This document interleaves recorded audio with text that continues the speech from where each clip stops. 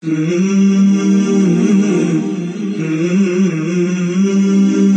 the signs of bliss and success is that a person, as he grows in learning, he grows in humbleness and compassion. As he grows in works of faith, he grows in fear and vigilance. As he grows in age, he diminishes in greed. As he grows in wealth, he grows in generosity and giving. And as he grows in strength and status, he grows in drawing closer to others so as to serve them and help fulfill their needs.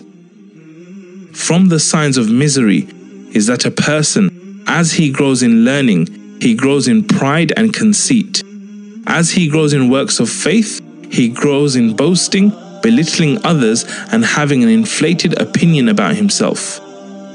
As he grows in age, he grows in greed. As he grows in wealth, he grows in stinginess and miserliness. And as he grows in status and standing, he grows in vanity and arrogance.